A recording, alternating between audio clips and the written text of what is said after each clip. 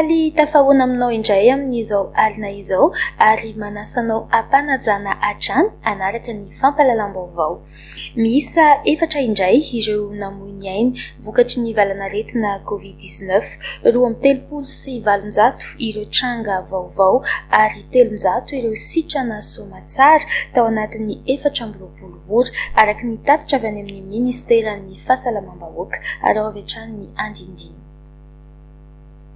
Toy izao ny fivoarany antotanisa mahakasika ny fiparitahan'ny valanaretina Covid-19 ny daty ny 12 aprily 2022, tranga vaovao 2,700, sitrana 300, maty 4, miisa 7,790 ny fitambaran'ireo fitiliana tao nazahoany ireo antotanisa ireo. Mitotaly 7,705 ireo manaraka fitsaboana hatramin'ny daty ny 12 aprily 2022. 4,700 ny tranga misy fahasarotana na ny forme grave.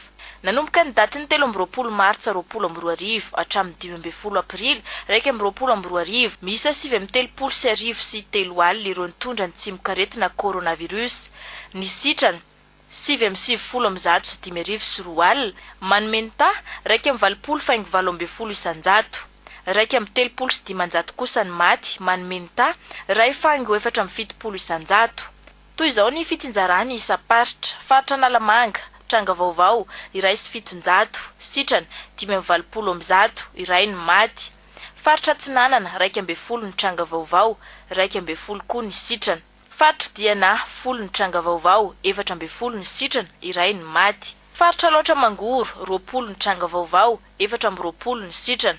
Faritra Matsiatra Ambony 10 ny tranga vaovao, 3 ny sitrana. Faritra Boeny iray tranga vaovao, 12 ny sitrana. Faritra Sava 12 ny tranga vaovao.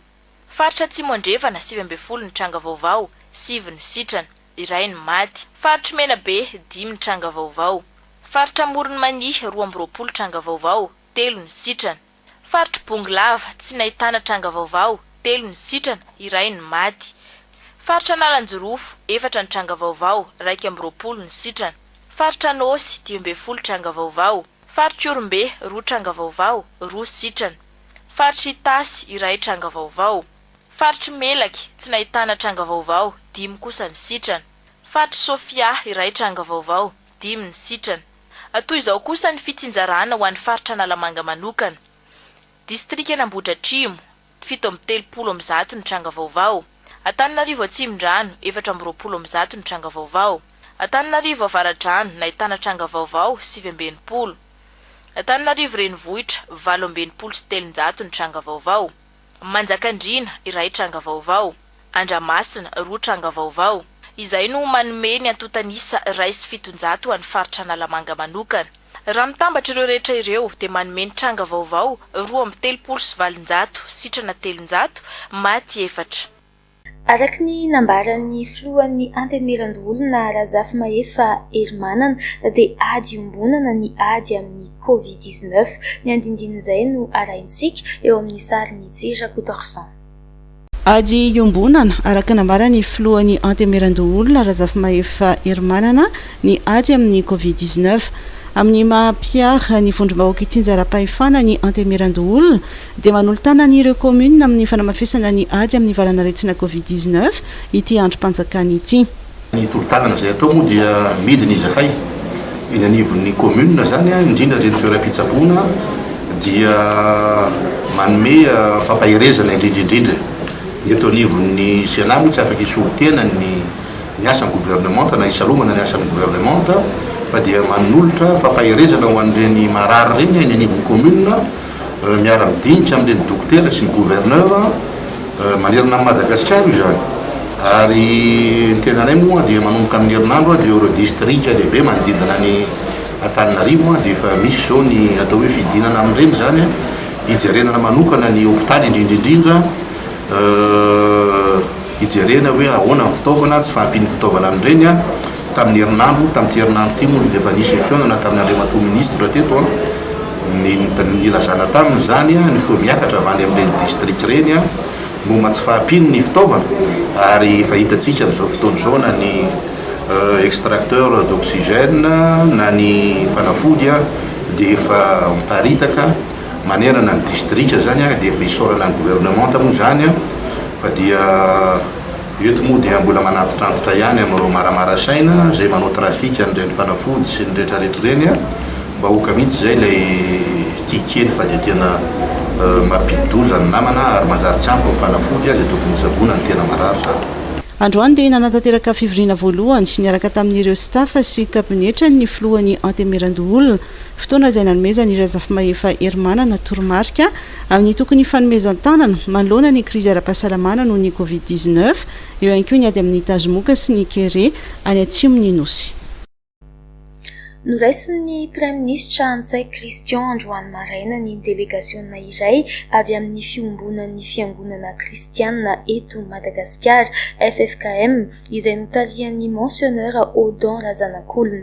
Nanambara ny FFKM fa fampiatsoan'ny fitondram-panjakana ho amin'ny fifanakalozana sy fakan-kevitra mahakasika ireo fepetra ho raisin'ny mpitondra manoloana ny fianaky ny valanaretina Covid-19 ho fiarovana ny vahoaka malagasy ny androany ary dia fotoana nahafahan'ny andaniny sy ny ankilany ny fampidinika sy ny fampizara ny amin'ny toejava-misy indrindra ny nitondran'ireo solotenany reto ny etaeta avy eny anivon'ireo fiangonana.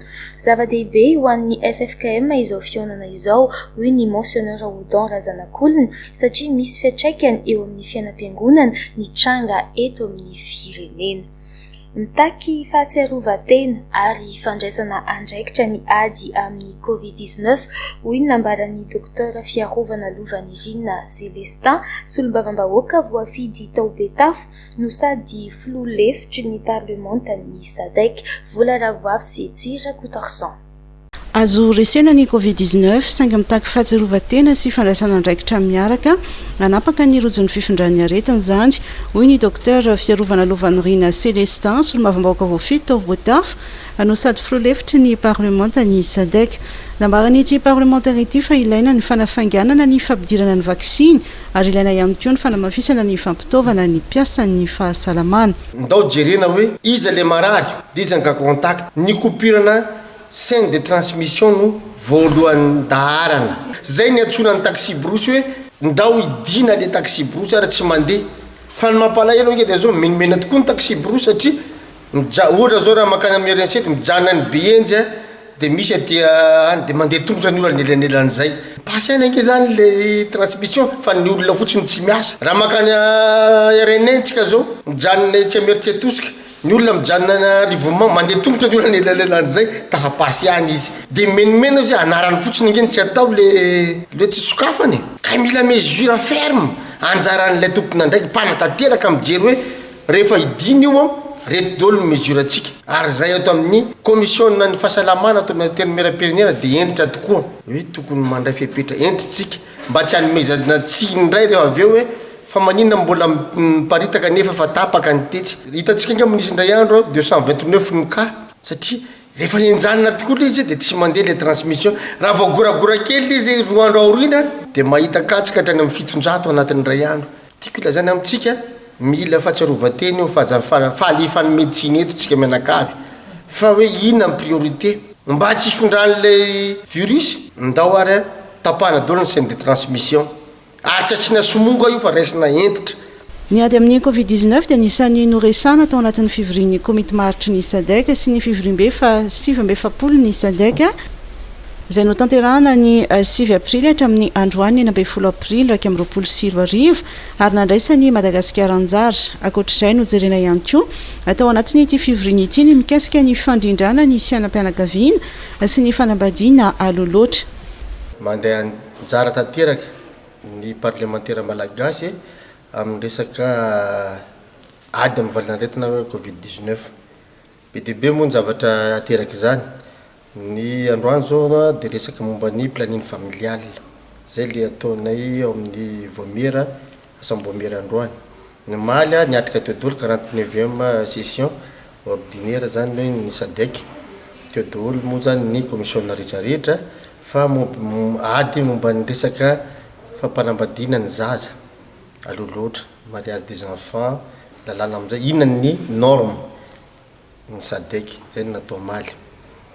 Androany resaka momba planning familial ary zay tena asiana resaka sahady fa mahamenatra ho an'ny Madagasikara satria raha nataony Lefi efa nanao plaidoyer momba an'izany zay fa noho ny fifandimbiasam-pahefana be loatra angamba teto amintsika dia tsy voaro tany amin'ny resaka tena arbitrage ny resaka planning familial 98% io dia ny partenaire zany hoe ny UNICEF ny FNIAP reny miantoka azy fa itsika malagasy tsy misy na ariary tao anatin'ny ministeran'ny fahasalamana petraka sahady hoe norme 15% ny budget de l'État dia tokony atokana amin'ny lafin'ny fahasalamana iady an'izany zahay amin'ity resaka LFR hiditra ity miatrika ny Covid-19 tsika izao tsy maintsy centrena amin'izay ady amin'ny Covid-19 zay zany ny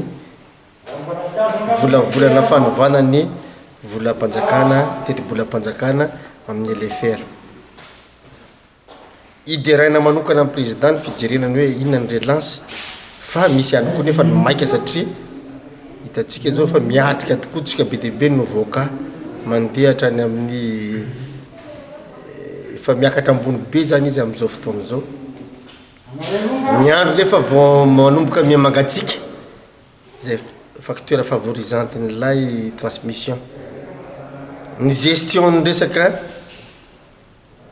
Covid-19 zay efa miditra amin'ilay deuxième phase variant fa na ny variant raha zao taloha variant Sudaf natahorana zao ndray ny variant brésilien no tena mamono ny farana tamin'ny fomba ofisialy androany sy ny fivoriam-be fa 7 ny sadeka izay no tanterana tamin'ny alalan'ny visioconférence ny alakamisy lasa teo no tonga ireo concentrateur d'oxygène miisa 10 hitsaboana ireo olona marary ny Covid-19 ao amin'ny CTC Ambohitrianjavidy mitoy arak'izany ny fampitaovana taterahan'ny fitondram-panjakana eo anivon'ireo toeram-pitsaboana ao Moramanga eo amin'ny sariny Tsira Kotorsan entina hanamafisana ny fandraisana tanan'ireo marary ny Covid-19 mitoy ny fampitaovana tanterahan'ny fitondram-panjakana ireo fitoeram-pitsaboana ao Moramanga ny alakamisy lasa teo no tonga tany atoeran'ireo concentrateur d'oxygène miisa 10 hitsaboana ireo olona marary ny Covid-19 ao amin'ny CTC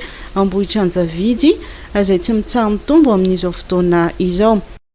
Za moa zany hitatsika tato ato fa mitombo ireo olona zay ataontsika hoe mitondra an'izay tsy mikaretina coronavirus zay ary ny tratran'ilay ataontsika hoe forme grave zany dia mitombo ihany koa ka noho izany indrindra raha nangataka izahay zany ny mba hampitomboana ny concentrateur d'oxygène zay ampiasainy indrindra amin'ireo olona zay manana fahaseporana dia namaly ny fitondram-panjakana dia tonga eto amintsika zany amin'izao fotoana zao concentrateur d'oxygène miisa 10 ho fanampiny le efa 10 nisy teo ka noho izany indrindra dia isoranay ny ministeran'ny fahasalamam-bahoaka sy ny fitondram-panjakana fa raha vao nangataka izahay avy hatrany dia tonga izy reto dia mbola manao antso avo amintsika vahoaka fa mitombo foana nisan'ny olona zany amin'izao fotoana zao manantona ny tompo-pahasalamana ary ihany ny ahitana hoe efa misy an'ilay forme grave dia aty amin'ity centre de prise en charge aty zany zao dia mitombo arak'izany ihany koa zany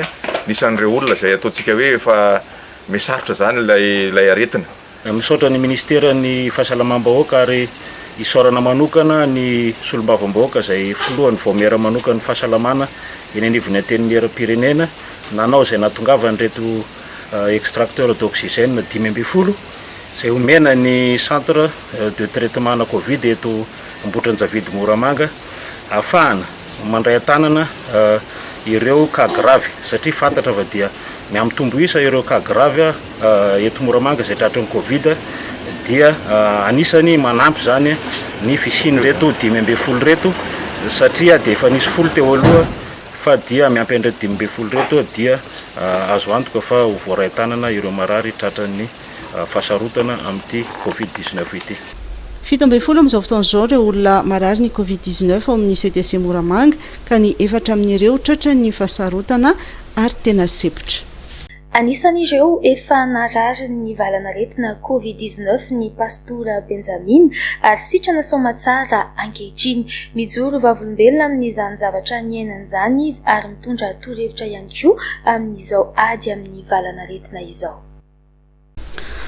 tsy mifidy saranga ny aretina covid-19 na olon-tsotra na mpitondra fivavahana dia sambo avokoa raha ny fitantaran'ny mpitandrina anankiray eo anivon'ny fiangonana FJKM dia anisany efa voy ihany koa ny tenany efa tao anatin'ilay endrika sarotry ny aretina na ny tenany na ny forme grave tsy tokony iandriandry manana aretina fa avy hatrany dia manatona mpitsabo raha ny filazany mijoro vavolombelona ny tenany fa dia sarotra ny miady amin'ilay aretina eritreretina hoe tazo dia nanao fitsaboana tsindrona amin'ny dokotera dia ny herinandro faharoa indray ohatrany hoe koa congé za ma tsy manana aretina izay isataona rehefa tonga ny hiver dia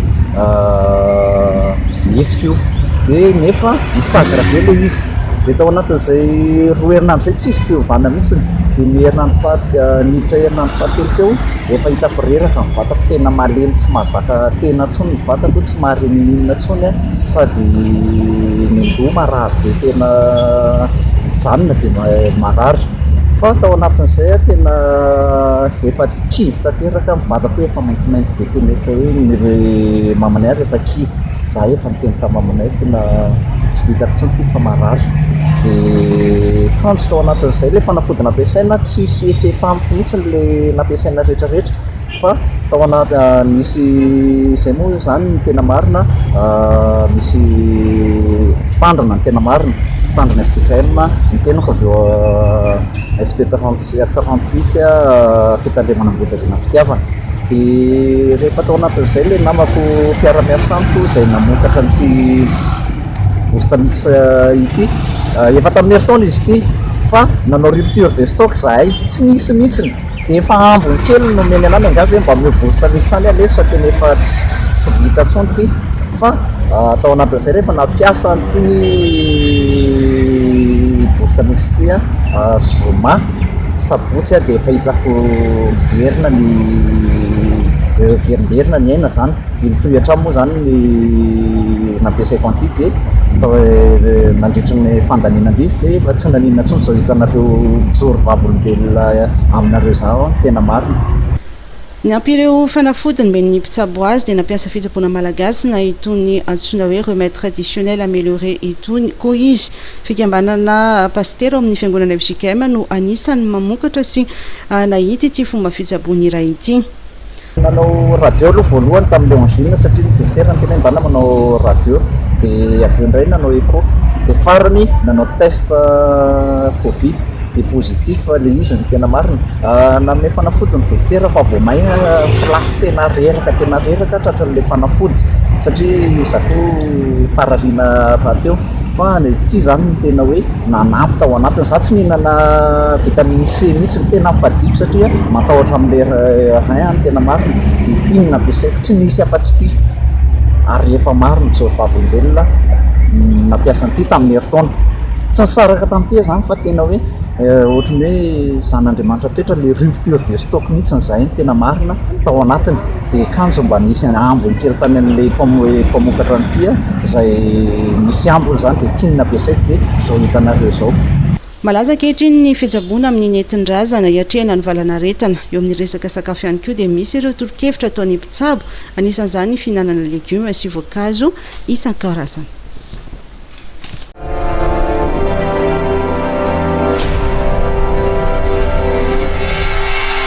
Pour vos travaux à risque, éliminez le danger.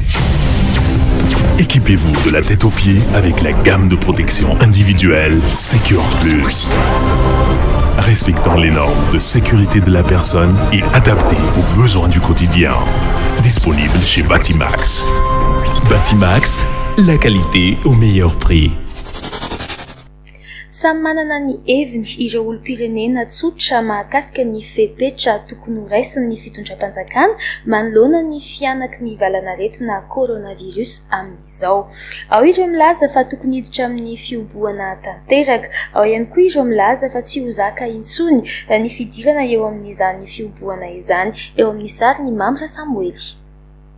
Nahitana fiakarana tato ato indrindra fa tamin'ity herinandro ity ny olona mitondra ny tsimokaretina covid-19 izay vao marina tamin'ny alalan'ny fitiliana. Ta izay natratratra any amin'ny 570 mahery tany ho an'ny 2 andro farany. efa nisy ny fepetra ny raisin'ny fanjakana tamin'ny alalan'ny filan-kevitry ny minisitra mikasika ny fanalavana ny fepotona tsy ianaran'ny mpianatra hatramin'ny 7 ny volana May, izany hoe mbola hitoy 12 andro. Maro ireo olom-pirenena no milaza fa tokony hiditra amin'ny fihiboana tanteraka isika na dia eo aza ny fahasairana nateraka izany. Tena tiako zao dia aleo mihitsy mihity satria miparitaka be tsy varana retina ity. Misy olona teny hoe aloha nonay matina retina zay maty misapa nefa raha tahaka aloha amin'ny saika daladala za tsy hoe manana ny afina anina fa mitsombomanay ihany koa nefa le aretina tena mamoa vetivety dia aloha mihitsy aloha raha amin'ny saiko dia aloha mihitsy aloha tsika mihitoka kely mandrapaha aloha satria le fitondram-patsakana za mba efa miezaka ihany manao izay azony atao fa le valana retina mihitsy mitakasika vetivety fa le mahavoafesy tsy mahavoafehy azy tsy fantatra hoe avy amintsika mpiarabelona fanerasera ihany ve tsy maintsy avy amin'izay aloha satria le aretina tsy manana tongotra tsina fa tsy maintsy tsika ihany no famindra mazany tokony satria fa ratsony be le kay mbola tsy fantan'izao zay le fifinany zany vao meka mikomba raha tsy fantan'izay. Aminay zao tokony averina ny confinement total satria lasa miamitombo be dia be le olona maty tratran'le aretina. Tsy ho zakantsika intsony kosa ny fihiboana, hoy kosa ireo olom-pirenena sasany. Tena sarotra be aloha raha ho anay mpianatra miditra ao anaty fihiboana zany amin'izao zao ça fait 2 ans zay ohatr'izao foana dia manjalasa taraiky be le fihiboanay.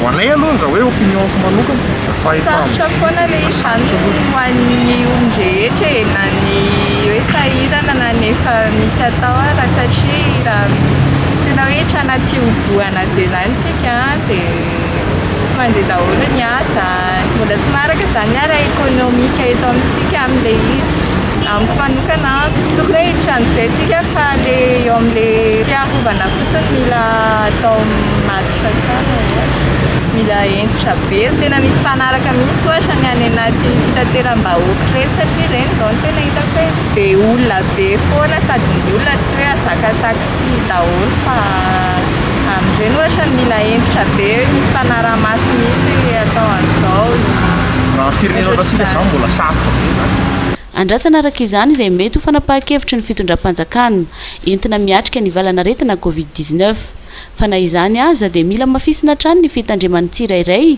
sy ny fanajana ireo fepetra sakana entina miaro tena amin'ny valana retina COVID-19. Ho fisorohana ny fianaky ny valana retina COVID-19 dia zava-dehibe ny fanapahana ny rojo-pifandraisan'ny aretina. Isy noho izany ny lamina manokana eo amin'ny fitaterana. Mikasika manokana ny fampiasana ny lalam-pirenena fahafito dia nisy omaly tany Ambatolampy ny fivoriana teo amin'ireo tompon'andraikitra Isatsikajiny nametrahana izany lamina izany. Ireo mpitatitra rehetra avy amin'ny faritra Analamanga miazo ny lalam-pirenena fahafito dia tsy maintsy mijanona eo Ambalavao tafiditra ao anatin'izany ny zotra F suburbaine. Ireo zotra nasionaly miazo ny lalam-pirenena fahafito avy amin'ny tapany atsimo sy andrefany nosy kosa dia tsy maintsy mijanona eto Antsirabe. Marina fa izay manana ny fahazon-dalana afaka mandeha hatreto Antsirabe ihany no afaka miasa. Ireo zotra regionaly ato anatin'ny faritra Ivakinankaratra mampiasa ny lalam-pirenena fahafito kosa dia afaka mandeha saingy ao Ambatolampy ny farany. Foana araka izany sy ny zotra izay mampitohana Ambatolampy sy Behenjy ary foanana tanteraka ny tompy fiantsonana. Tsara ny maramarika fa tsy nisy mihitsy hatramin'izay ny fahazon-dalana manao fitaterana mampitohy ireo toerana roa ireo. Ho fitsinjovan'ireo vahoaka ao Behenjy kosa nefa dia hozy fa ny zotra io isaky ny zoma andro ny tsena saingy ireo fiara rehetra mitatitra olona dia tsy maintsy maka fahazon-dalana manokana avy amin'ny ATT ary mananja ny fepetra rehetra ara-pahasalamana. Ireo fiara mpitatitra entana dia afaka mizotra saingy tsy mahazo mihoatra ny telo ny olona ao anatiny araka ny efa voalazan'ny ministera. Anara-maso akaiky ireo fepetra ireo ny mpitandro ny filaminana ary anafay ireo izay mini mandika izany. Tapaka ireo nadritra ny fivoriana omaly teo amin'ny ministra ny atitany sy ny fitsinjaram-pahefana Andriamatoa Tianarivelo Razafimahefà, ny governoran'ny faritra Vakinankaratra Vivato Rakotovao, ny tale jeneraly ATT, ny jeneraly Sherebaki Jano ary ireo mpitandro filamenana sy ny CRCO avy amin'ny faritra Vakinankaratra sy Analamanga. Nitafa tamin'ny mpanao gazety ny holavitry ny pharmacien eto Madagasikara. Amin'ny ankapobeny dia nomeny vahana ny zava-misy amin'izao fotoana izao anatin'izay resadresaka izay. Ny fandraisana andraikitra manoloana ny fianaky ny coronavirus sy sosokevitra mety ahasoa ary ireo sakatsakana miteraka olana amin'ny fanatanterahana ny asan'izy ireo. Nilaza ny heviny ny filohan'ny sendikaan'ny farmasianina eto Madagasikara ny Dr Amour Edvin manoloana ny fahasarotan'ny fitadiavanareo fanafody sasantsasany sy ny fiakaran'ny vidin'izy ireny ka mampikaikaiky an'ny mpanjifa. Voalohany aloha tsy azo atao hoe miankina mivantana amin'ny farmasianina zay resaka vidim-panafody zay. Io misy mpamokatra moa ny fanafody, any ivelany mamokatra azy.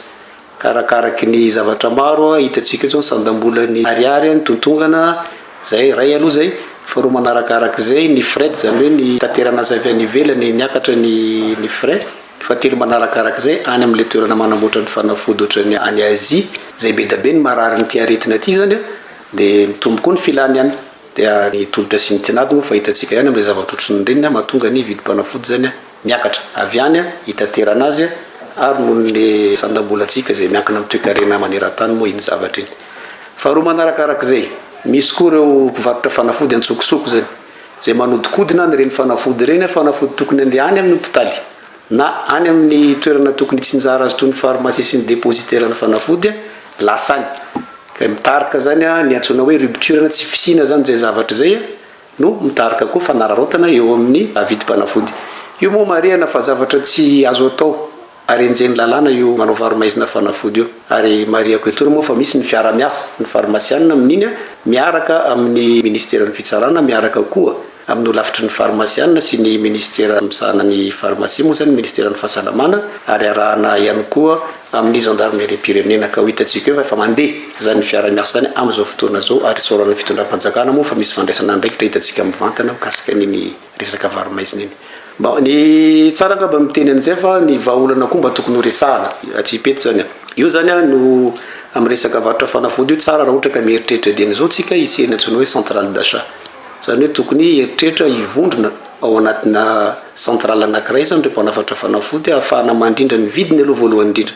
Faharoa manarakarak'izay zany ahafahana koa rehefa mavesatra moa ny commande indray atao mazava ho azy fa tokony misy fianana koa amin'ny vidim-panafody. Ray aloha iny. Faharoa manarakarak'izay resaka assurance universelle efa nataon'ny fanjakana izy iny fa mbola tsy tateraka hatramin'ny farany. Tsara koa zany iny mba jerena akaiky mba ahafahana mampiena vidim-panafody zany hoe kelikely kokoa zany ny vola avoaka rehefa mividy fanafody satria efa misy an'ireny trano fiantohana ireny zay hitambarana no mandoa ny ambon'ilay vidim-panafody.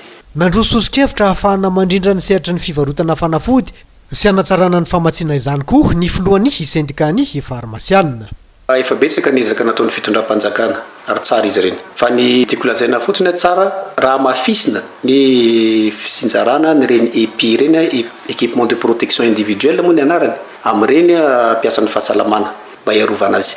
Faharoa manarakarak'izay mety ny fanafody maimaimpona any amin'ny CSB sy any amin'ny hopitaly miaraka amin'ny oxygène moa tiako resahana eto fa tsara tohizana koa reny ary tsara atao ampy indrindrandrindra ho an'ireo vahoaka tena sahirana na aty an-tanàn-dehibe zany indrindrandrindra any amin'ny ambanivohitra any. Ny tiako marihana eto moa ny resaka vaksiny koa efa niresahana izy iny rehefa mandinika azy ny akademia sy ny manam-pahaizana malagasy fa tsara lizy raha ohatra ka lefa aingakaingana kokoa satria io ihany aloha ny atreto ny fomba anisany ahafahantsika misoroka nyo aretina io. Io moa fa vaksiny moa zany zavatra misy ny omeny ireo malala-tanana mazava ho azy iny araka ny mahazatra fa azo atao koa ny zay farmasianina koa afaka koa manafatra an'ireo vaksiny ireo rehefa tonga ny fotoana amoan'ny fitondram-panjakana zany alalana ahafahana manao an'izay ka tsara zay raha atao aingakaingana kokoa amin'izay sady misy zany le avaty omeny mpanampy ary misy koa ny afaka tonga dia vidina mivantana ho an'izay afaka mividy an'izay. Farany angamba ny teneniko mikarotsika ny fizarana fanafody ny fitaterana ny fanafody manerana ny faritra Madagasikara misy ny sakana indray aritsorina eto rehefa tonga ny orany antsoina hoe couvre-feu zany dia sakanana le fiara tsy tongany tsara vahana koa ngamba niny mba tonga ara-potoana ny fanafody satria ny marary tsy afaka miandry. Momba ny fanatanterahana ny asa fizarana fanafody sy ny fahasarotana amin'ny fanatanterahana zany manoloana ny sakana maro samihafa sy ny couvre-feu dia nanamafy ny Dr Amour Edvin fa tsara vahana zany rehetra zany ahafahana mamatsy fanafody satria ny marary tsy afaka miandry. Anaraka ireo vaovao tapatapana isika izao. Andian-jiolahy iray no tratehaky ny polisy namoaka entana mivoaka avy ao amin'ny kianjan'ny Barea Mahamasina. Mitaraina ireo tantsaha amin'ny komuna Manandona, indrindra ireo niaina ny vokatry ny aretim-bary antsoin'ny tantsaha hoe maty fotsy. Zazalahy iray no tratehaka nanolana zazavavy kely vao efa taona monja tany Manombo Vaingandrano ny alakamisy lasa teo. Andian-jiolahy indray no tratehaky ny polisy namoaka entana nivoaka avy tao amin'ny kianjan'ny Barea Mahamasina ary dia nitatitra izany tao anatin'ny fiara amin'ny 10 ora sasany alina izay fotoana efa tsy azo ifamezivezeny intsony noho ny couvre-feu no natratrarana azy ireo. Vao nahita ireo polisy moa reto mpangalatra dia nirifatra nitsoaka saingy tsy lasa lavitra fa dia tratra avokoa izy enina amin'ny rahalahy izay mpamily ny fiara ny ray. Velotaraina tanteraka ireo tantsaha amin'ny komuna Manandona, indrindra ireo toerana sy fokotany maromaro anjakan'ny aretim-bary antsoin'ny tantsaha hoe maty fotsy. Apotika hatramin'ny 5,900 mantsy ny vary anaty rano tratra n'ity aretiny ity. Manao antsoava amin'ny teknisiana sy ny fanjakana ireo tantsaha anivakina karatra satria efa nisy ny fitarainan'izy ireo saingy hatramin'izao dia tsy mbola nisy teknisiana avy amin'ny sampandrarahana ny fambolena mba tonga nijery sy nanampy ireo tantsaha amin'ity fahavoazana ity.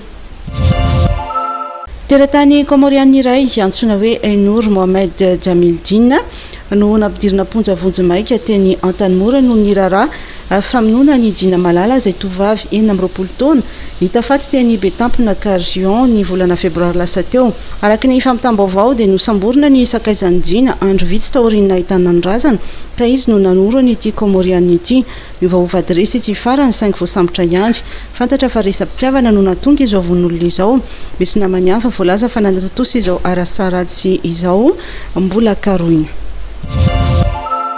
Nahitatra ponja vonjimaika ao amin'ny fonja Benantala ny lehilahy iray antsoina hoe Rodolphe 23 taona raha namingavinga ny zandary mampanaja ny fepetra-ara-pahasalamana tao an-tampon-tanàna Nantalany 14 aprily lasa teo.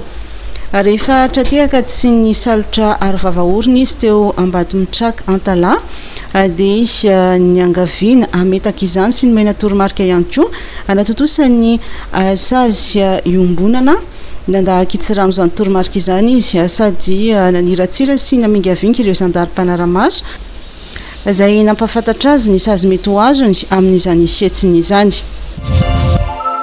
Nahitambokany hetsika fampandriam-pahalemana nataony miaramila ny 2RM3 Andilamena. Araka ny fampitam-baovao dia basy iray no azon'izy ireo teny an-tanan'ilay vadina dahalo antsoina hoe Tanasy Robert ny 14 aprily lasa teo.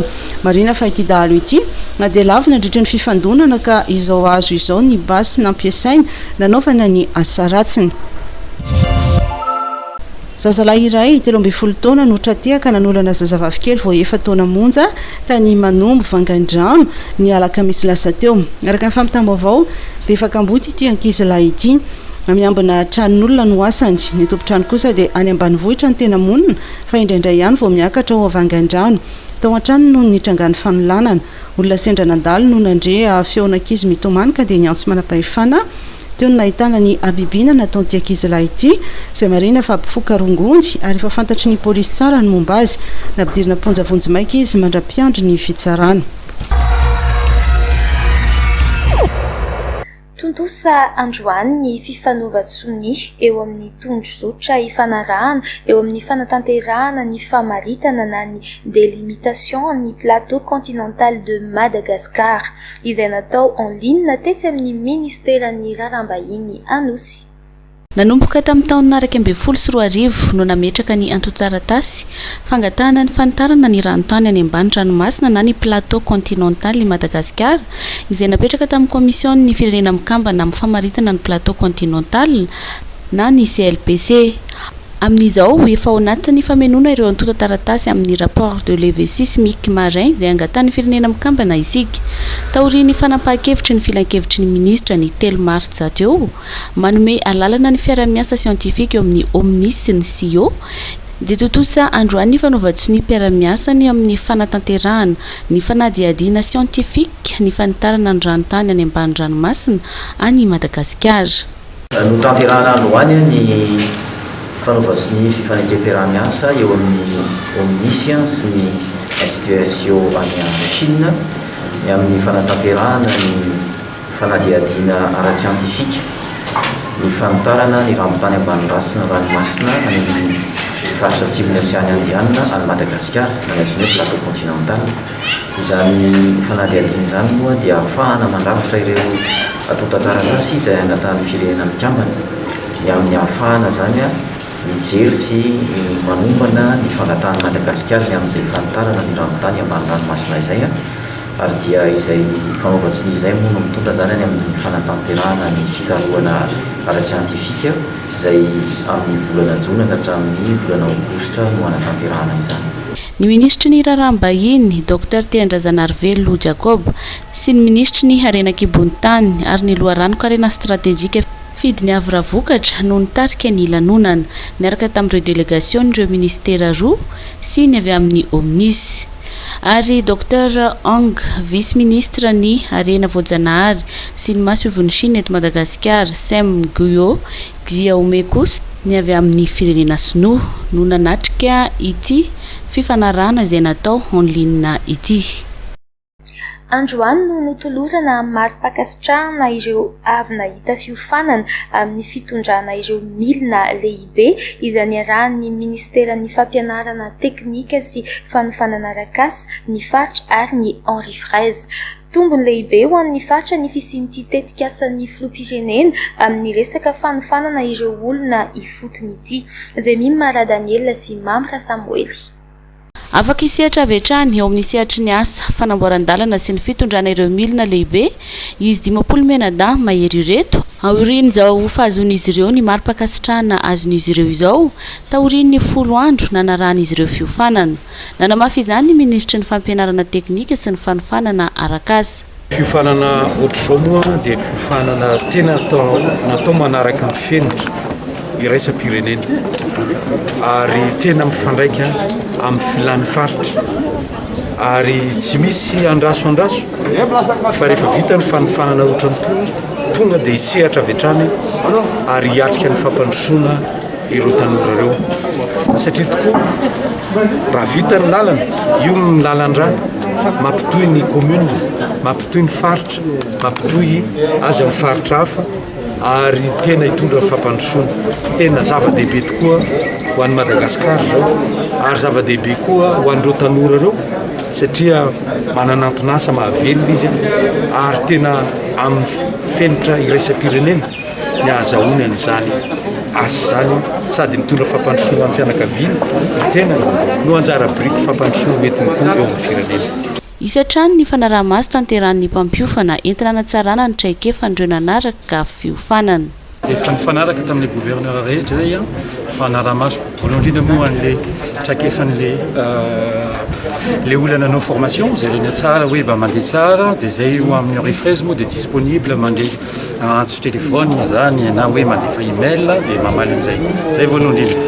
Dia ny zavatra faharoa dia misy zavatra hainao ihany moa le resaka intelligence artificielle sy le resaka logiciel dia misy logiciel anankiray zany afaka hoe manaraka ny heure de fonctionnement le engin ny positionnement misy GPS io dia ao koa moa le resaka carburant koa fa tsy afaka hoe mivelatra bebe koa amin'izay fa zay ny nataonay dia DG data azinay dia hoalefanay amin'ny gouverneur rehetra. Anomboka avy hatrany ny asa fanamboaran-dalana ao amin'ny faritra Bongolava. Ny Bongolava moa zany dia le RN1 ihany no goudron fa lalana ratsy daholo vao miala amin'iny fa raha ny asa zany efa be da be miandry andreo any fa ny zava-dehibe zay ataonay fanamby zany aloha dia ny ampitohy ny district anankiroa Fenerife B, district Fenerife B, district Tsoromandity. Zay koa tsy mbokany tsy ataony hafa fa ataonay daholo zay rehetra ny commune rehetra tsy maintsy anday anjara amin'ny farana raha isaky ny commune izay. Faritra valo ireto handiany voalohany navita fiofanana ireto itoy any amin'ireo faritra hafa mbola tsy navita izany ny fanofanana izay atao ao anatin'ny fanajana tanteraka ny fepetra ara-pahasalamana. hitondra fampandrosoana isaky ny faritra indrindra eo amin'ny resaka fanamboaran-dalana sy hamany olandreo mponina ity tetikasan'ny filoham-pirenena amin'ny fanomezana milina na engin miisa 10 avy ahitana ny voleuse, compacteuse, camion citerne, bulldozer ary chargeuse isaky ny faritra ireto eto Madagasikara. Maniry ny fisian'ny tetikasa maharitra mba isian'ny asa maharitra ka ho antoky ny fampandrosoana any amin'ny faritra atsimo andrefana ny mponina ho Toliara. Manoloana ny resaka mandeha izay manohitra ny fisian'ny tetikasa lehibe any an-toerana raha tsy hitanisa afa-tsy ny tetikasa base Toliara dia nijoro nitondra ny feony ireo mponina any an-toerana izay makasitraka izany karazana tetikasa izany. Maniry ny asian'ny famoronana tetikasa maharitra mba ahafahan'ny mponina migoka tombotsoa amin'ny alalan'ny fananana asa sy mba isian'ny fampandrosoana maharitra ny amin'ny faritra atsimo andrefaniny ny mponina ao Toliara. Nandeha ny resaka tatoato izay voizin'ireo vondron'olona sy fikambanana tsy miakina tsy maka-toa ny fanataterana tetikasa maharitra ny atoerana toy ny base Toliara. Resaka izay miahy kiana sy fanaratsiana, eny resaka toe-karena lasa mivadika fandrehetana adi-poko mihitsy aza. Nitolagaga ary nanontany tena ireo mponina ao Toliara manoloana ny tsy fakasitrana ny tetikasa izay anatsarana ny fari-piainan'ny mponina any atoerana. Nijoro ary tsy manaiky ny fitsipahana tetikasa izay mety hitondra fampandrosoana amin'ny faritra atsimo andrefaniny ny mponina manohana ny tetikasa ary nandefa fampitandremana manoloana ny famoazana indray ny ratra ny lasa satria tsy azonizana iza tombotsoa zany. Isan'ny sosikevitra narosony izy ireo arak'izany ny fikarakarana ady hevitra lefa mivatana amin'ny televiziona nasionaly eo amin'ny Rotota na koa homena vahana ny fifanantonana andatabatra boribory ahafahana mahita ny marimaritra iraisana. Distriktan'ny Fenorivo Antsinanana totosany zoma 5 aprily lasa teo ny fizarana ireo fampitaovana azo tamin'ny volan'ny CLD. Tonga nizara izany tamin'ireo ben'ny tanàna any an-toerana ireo mpitarika ny komity CLD ny solombavam-bahoaka rola voafidy tao Fenorivo Antsinanana. Vola ravoavy Setsy Rakotorsan. Tsy diso anjara amin'ny fahazahoana ilay vola siadina CLD teo aloha ny distriktan'ny Fenorivo Antsinanana. Totosan'ny zoma 5 aprily lasa teo ny fizarana ireo fampitaovana azo avy amin'ny volan'ny CLD. Fampitaovana izay ahitana tafo fanitso sy jiro mandeha amin'ny herin'ny masoandro. Tonga anjara izany tamin'ireo ben'ny tanàna any an-toerana amin'ny mampitarika ny komité CLD ny solombavam-bahoaka rola voafidy tao Fenorivo Antsinanana dia ny député Andriandro Julien sy ny député Mohamed Amada na Amady Hely. Ady zany ny CLD taloha raha tamin'ny voalohany zany fantatsika le CLD niarahana ny solotenam-panjakana zany préfecture dia zay solombavam-bahoaka miaraka amin'ny commune zany le maire voafidy zany ben'ny tanàna. Taty afara novana zany statut-nio zany hoe sapany fehan'le CLD navadika siady. Zay miompina bebe kokoa zany lasa organe consultatif zany le ben'ny tanàna zany hoe akana hevitra akana sosikevitra fa ny manapaka azy zany dia solombavam-bahoaka misy amin'ny distrika tsirairay avy. Atsika tamin'ny tanànan'ny Fenorivo Antsinanana moa zany distriktan'ny Fenorivo Antsinanana manana solombavam-bahoaka roa ny tenako Amady Hely sy Andriandro Julien zany zay nisolitoeran'ny madame Angelica zay solombavam-bahoaka teo aloha lasa ministra. Marina fa ireo komuna 440 mandrafitra ny distriktan'ny Fenorivo Antsinanana dia nahazo avokoa ny fampitaovana. Dia iny vaovao iny ihany koa no entiko manakatona ny fampahalalam-baovao amin'ity anio ity manome fotoananao amin'ny manaraka indray tsy adino ny misaotra ny Charmel Beauté amin'ny fikarakarana ny taovolo sy ny tarehy. Veloma tompoko.